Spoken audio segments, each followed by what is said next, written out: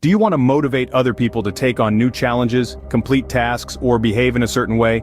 There are two main categories of motivation: extrinsic and intrinsic. Let's start with extrinsic motivation. This type of motivation is based on external rewards or punishments. For example, you might say, "If you bring me that document by lunchtime, I'll give you a piece of cake."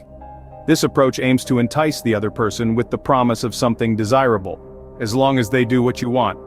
On the flip side, there's the threat of punishment if the other person doesn't comply. For instance, you might say, "If you don't bring me those papers by the end of the day, I'll punch you in the mouth." However, it's clear that negative extrinsic motivation can be ineffective and damaging to the relationship. You can't build a strong, lasting relationship based on threats or the fear of punishment. Negative motivation that relies on the threat of violence is especially harmful. Now let's explore intrinsic motivation. This type of motivation comes from within a person and doesn't depend on external rewards or punishments. Naturally, this type of motivation is more powerful, but it's also more challenging to achieve.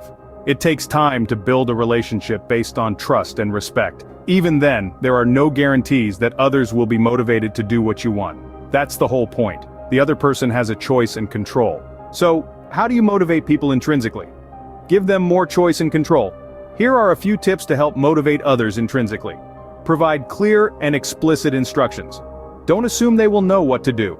Offer them some control and a choice. Create an environment of trust and respect. Help, but don't do everything for them. Let them know they are helping you by doing what you need them to do. Minimize the importance of extrinsic motivation. Let them know that there is no advantage other than doing the right thing. Highlight their strengths, abilities, and talents. Motivating others in this way requires a focus on their needs, not just your own. Stop thinking about what you want or need and start considering what the other person wants and needs. Allowing them some freedom and autonomy will help you build an excellent long-term relationship. However, it's important to accept that sometimes the other person may not do what you want, regardless of the tactics you use. When that happens, you will need to decide whether to resort to extrinsic motivation or if it's worth letting it go and trying again next time.